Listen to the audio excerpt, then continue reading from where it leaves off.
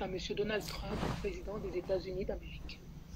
Réaction du Conseil national de la résistance congolaise, CNRC en sigle, au projet d'accord de paix initié par les États-Unis entre la République démocratique du Congo, pays occupé, et le Rwanda, pays agresseur. Monsieur le Président, il y a quelques jours, les États-Unis et plusieurs pays européens ont commémoré la victoire des Alliés sur l'Allemagne nazie le 8 mai 1945. Cette victoire salvatrice, suite à la reddition sans condition des Allemands, a particulièrement permis à des millions d'hommes et de femmes d'espérer à nouveau en l'avenir et de reprendre plus sereinement le cours de leur vie, à l'abri des effets néfastes du nazisme. Grâce à l'action décisive des États-Unis et au sacrifice de nombreux soldats américains aux côtés des Européens, 80 ans plus tard, les nouvelles générations peuvent regarder avec fierté ce que leurs grands-parents et d'autres ont accompli pour le monde. Le Conseil national de la résistance congolaise, CNRC en sigle, que je représente en tant que responsable du pilotage stratégique depuis le décès du créateur de notre mouvement, M. Laurent Gbagbo, un expert en matière de sécurité bien connu de votre administration, le CNRC donc se réjouit particulièrement avec tous les peuples américains et européens de cette commémoration. Ceci d'autant plus que plusieurs pays africains ont participé au combat aux côtés des Alliés. Cette période de l'histoire a été riche en enseignements pour le combat que nous menons pour la libération totale de la République démocratique du Congo, de l'occupation rwandaise notamment. Monsieur le Président, à l'heure où le monde entier se doit de reconnaître que votre réélection, il y a quelques mois, par le peuple américain, a réellement apporté un souffle nouveau dans la résolution de différents grands conflits à travers le monde, en particulier en Ukraine et en République démocratique du Congo, le CNRC tient d'abord à vous remercier pour votre courage et votre détermination à prendre à bras le corps des dossiers complexes pour le bien de l'Amérique d'abord, nous l'avons bien compris, mais en essayant tout de même, dans la mesure du possible, de trouver des solutions qui soient bénéfiques pour nos peuples respectifs. Nous voulons donc vous prendre au mot ce jour et saluer votre engagement envers les valeurs de liberté, de démocratie et de justice. Nous voulons croire que ces principes pourront résonner non seulement au sein de votre pays, mais également au-delà de ses frontières et saluer votre détermination à défendre ces principes fondamentaux qui sont également chers à notre lutte pour la dignité et les droits du peuple congolais. C'est donc particulièrement grâce à notre conviction que vous êtes effectivement en position de pouvoir réparer les erreurs de l'administration Clinton qui a été au cœur de la déstabilisation du Zaïre, devenu République démocratique du Congo, que nous nous adressons à vous ce jour. Particulièrement suite à la signature annoncée d'un accord de paix qui réunirait à la fois la RD Congo, le Rwanda et votre pays, les États-Unis. Monsieur le Président, comme votre administration le sait, M. Laurent Gbagbo, officier de renseignement zaïrois qui a été à la tête du CNRC jusqu'à son décès le 21 mars 2021, a été en partie formé par votre pays et d'autres comme Israël, où il a également été ambassadeur du Zaïre. Vous comprendrez dès lors que grâce à lui particulièrement, les membres du CNRC que nous sommes savons exactement ce qui s'est réellement passé à la chute de Mobutu et quels étaient les véritables enjeux derrière la fausse libération en 1997 que l'on a vendue aux Zaïrois, devenus Congolais aujourd'hui. Nous savons donc que vous, qui êtes actuellement à la tête du pays qui a été un des acteurs principaux de la fin de la Seconde Guerre mondiale, vous êtes en mesure de comprendre que si jusqu'à présent la République dite démocratique du Congo continue honteusement à commémorer cette date du 17 mai 1997 comme celle d'une prétendue libération du Zaïre, alors qu'elle correspond plutôt au début d'une véritable occupation brutale et cruelle de la République démocratique du Congo par des pays voisins, dont particulièrement le Rwanda et l'Ouganda, couverts par l'administration Clinton, cela confirme simplement que c'est bien un régime d'occupation qui a été instauré en RDC et surtout qui perdure jusqu'aujourd'hui. Plusieurs documents, dont certains que nous mettons à disposition sur notre site www.résistancecongolaise.com, jamais contredits par les concernés, ont pu en attester. Il s'agit notamment du documentaire L'Afrique en morceaux, auquel M. Laurent Gbagbo a participé. Il y a également ces nombreuses publications telles que L'Alliance des vautours, autopsie de la tragédie congolaise, ou encore Joseph Kabila, des origines cachées du Sphinx à son accession au pouvoir. Il y a également ses livres Stratégie du chaos et du mensonge, Poker menteur en Afrique des Grands Lacs, publié en 2014, et dès 2004, aux éditions du Boiris, son livre très documenté, Crime organisé en Afrique centrale, enquête sur les réseaux rwandais et occidentaux. Mais plutôt encore, à travers son interview accordée dès fin janvier 2001 à Jeune Afrique Économie numéro 323, M. Noring Banda évoquait déjà l'imposture du jeune officier rwandais membre de la PR en mission en RD Congo et se faisant appeler Joseph Kabila. Ce dernier était déjà connu sous sa véritable identité, Hippolyte Kanambe, dont on retrouve également la trace dans différentes archives des crimes du Rwanda en RD Congo, entre autres sous le pseudonyme du fameux commandant Hippo, un génocidaire rwandais, neveu de James Kabarebe. Oui, le même James Kabarebe qui vient justement d'être sanctionné par les États-Unis pour ses activités nuisibles à la paix dans la région des Grands Lacs africains. Monsieur le Président, durant ces années d'exil, après la chute du Zaïre, M. Noring Banda a réuni et publié une pile de documentation dont les Congolais ont pu prendre connaissance et continuent à s'approprier aujourd'hui. Donc oui, nous savons que notre pays est bel et bien occupé et que derrière les discours fallacieux de Paul Kagame, surnommé à juste titre l'Hitler africain, et ses stratagèmes, ce qu'il vise surtout, c'est l'appropriation des terres congolaises et le pillage de nos ressources. Pour atteindre son objectif, il opère sur notre territoire depuis des années un véritable génocide au vu et au su de tous.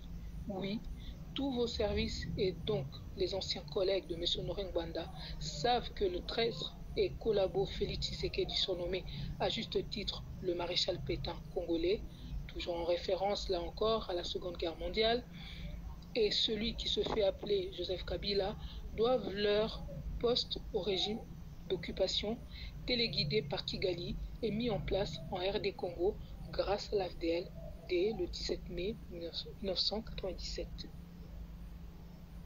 Ainsi, jusqu'aujourd'hui, c'est bien ce régime qui a permis l'infiltration massive de nos institutions et particulièrement de notre armée et nos services de sécurité. Félix Tshisekedi n'a fait que poursuivre l'œuvre amorcée par Joseph Kabila en maintenant à leur poste ou en nommant au gouvernement, dans l'armée, etc., d'autres Rwandais. Tout comme il a favorisé l'arrivée et l'installation de milliers de Rwandais à l'est de la République démocratique du Congo. Depuis 1997, c'est à travers ce même régime d'occupation que le Rwanda a pu déployer en RDC ses différentes tentacules et milices, le RCD Goma, le CNDP, le M23, PPRD, AFC, CACH, UNC, Ensemble, etc., pour renforcer l'occupation et son contrôle en République démocratique du Congo.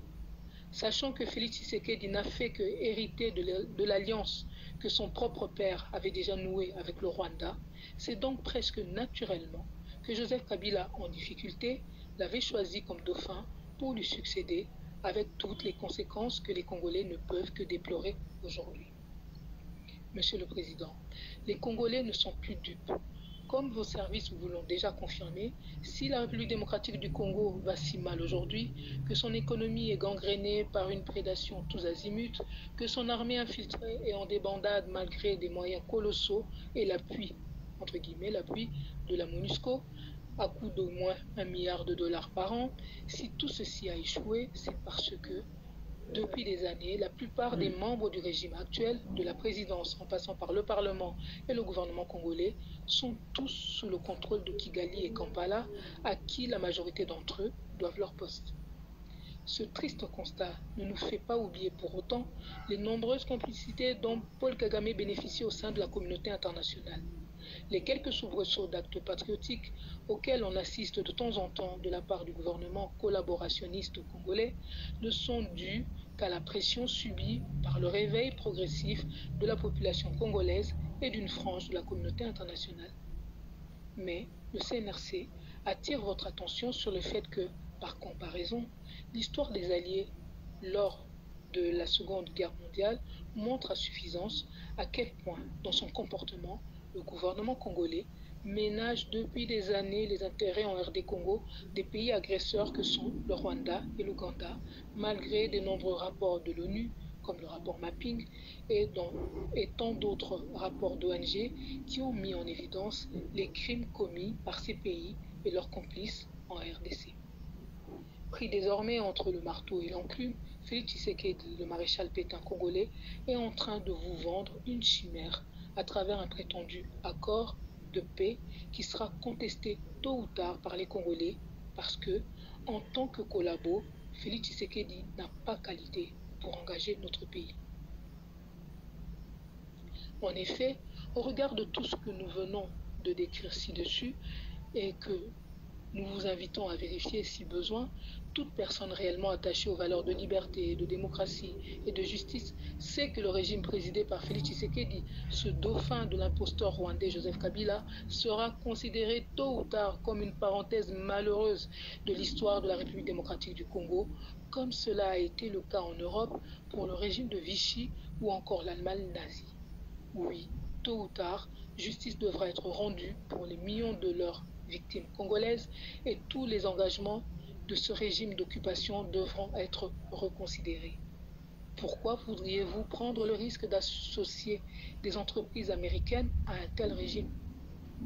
Monsieur le Président, en ce triste jour du 17 mai 2025, où les Congolais continuent à se faire humilier, massacrer, violer, fouetter par les forces rwandaises comme sous la colonisation belge, le CNRC vous exhorte à ne pas entacher votre mandat avec le sang des millions de Congolais en vous rendant complice au vu et au su de tous des manigances du Rwanda et de ses nombreux complices.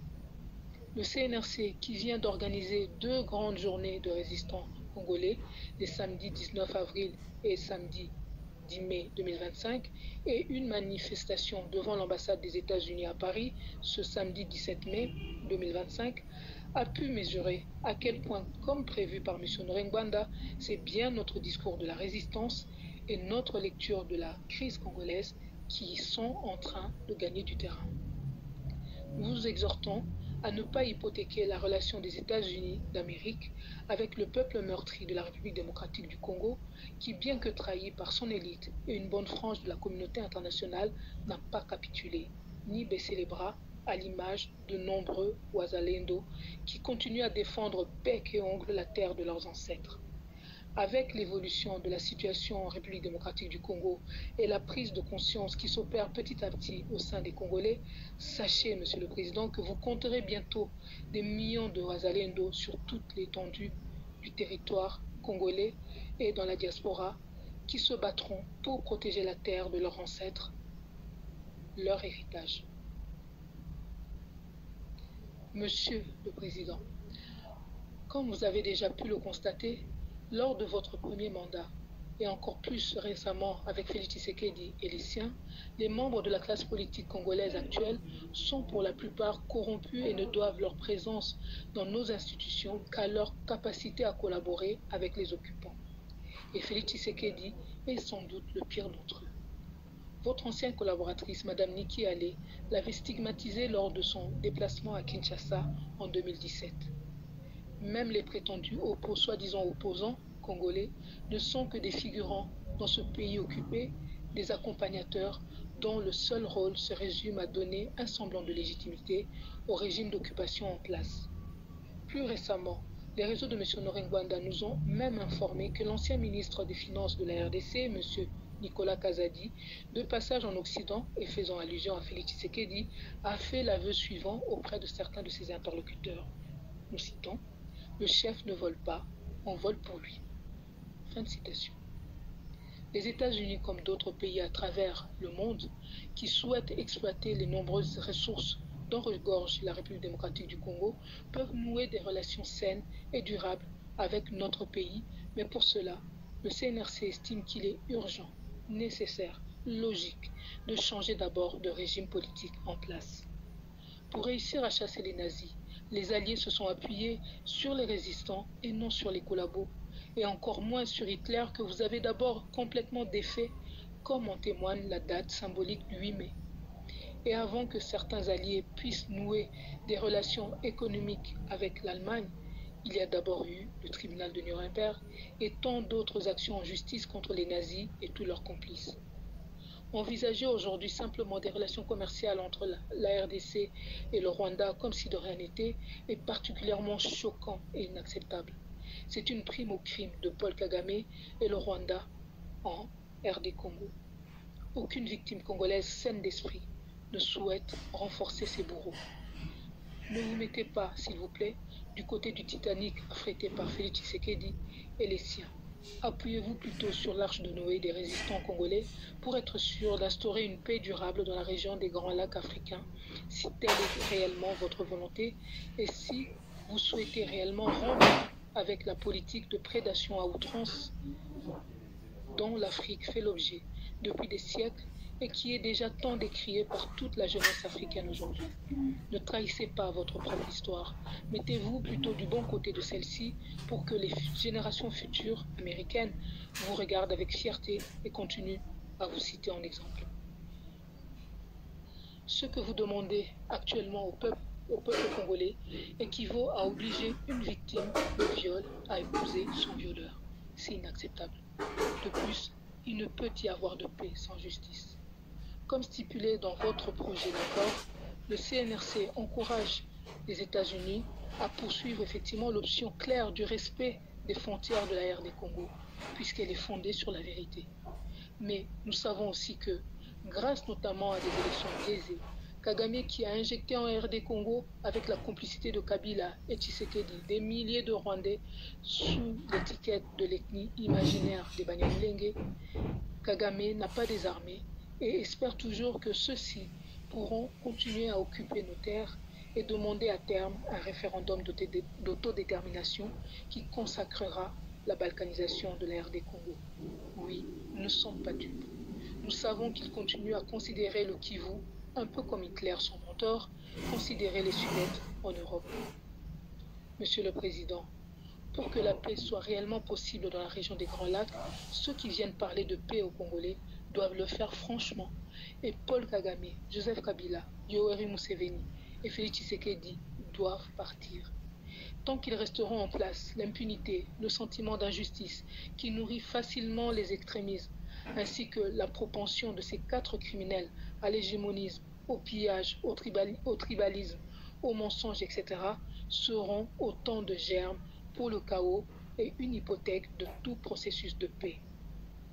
Après que des moyens colossaux ont été consentis pendant des années et que de nombreux experts se soient relayés aux cheveux de la République démocratique du Congo pour rétablir la paix en vain, le CNRC vous exhorte également à ne pas continuer à vous appuyer sur les mêmes interlocuteurs pour qui la crise congolaise est devenue un véritable fonds de commerce. Au bout de près de 3 décennies de conflits, force est de constater qu'ils ont plutôt échoué, en particulier à cause des agendas cachés des uns et des autres. Quant à Félix Tshisekedi et les siens, ils sont aujourd'hui occupés à tenter de réécrire l'histoire pour camoufler leur complicité avec les ennemis de la RD Congo et prolonger le strapontin de pouvoir leur accordé par Kigali. Les Congolais ne sont plus dupes et ne l'accepteront pas, car personne n'effacera la mémoire des victimes. Enfin, puisque vous avez fait allusion au boss dans vos meetings de campagne que nous avons suivis, le boss, celui même qui a été le seul à pouvoir stopper les plans machiavéliques de certains contre votre personne, nous terminons en nous référant à notre tour à lui, au maître des temps et des circonstances, celui dont la vérité est la tribu, celui qui a fait de nos près de 450 tribus congolaises les véritables propriétaires de la RD Congo. Nous espérons qu'il donne suffisamment de sagesse à tous ceux qui nous combattent, car nous savons que notre combat est juste et noble. Qu'il fasse que ces derniers se souviennent de David et Goliath, car si Goliath savait qu'en combattant David, c'était Dieu qu'il défiait, il se serait sans doute gardé d'engager un combat perdu d'avance. Si le Rwanda et les nombreux lobbies occidentaux qui le soutiennent étaient dans leur bon droit, Kagame n'aurait pas eu besoin d'accumuler autant de mensonges pour justifier sa cause, ce qui n'est pas notre cas. Monsieur le Président, ne construisez pas sur du sable. Il est temps de rebattre les cartes en RD Congo en se basant uniquement sur la vérité. Toute autre option sera une fuite en avant. Déterminé comme d'autres Congolais à libérer la République démocratique du Congo, le CNRC est prêt à apporter sa contribution à tous ceux qui tendront la main au peuple congolais dans ce sens. Votre vision et votre force peuvent inspirer d'autres nations à suivre le chemin de la justice et du progrès. Nous vous souhaitons le meilleur pour votre nouveau mandat et espérons qu'ensemble, nous pourrons travailler à un avenir meilleur pour tous, où la paix, la justice et la prospérité prévaudront. Veuillez agréer, Monsieur le Président, l'expression de notre haute considération. Paris, le 17 mai 2025, pour le Conseil national de la résistance congolaise CNRC en sigle, Hélène Bandiste, Candide Okeke, responsable du pilotage stratégique du CNRC, collaboratrice de M. Norengwanda de novembre 2005 à mars 2021, vice-présidente de la PARECO, responsable du site www.résistancecongolaise.com.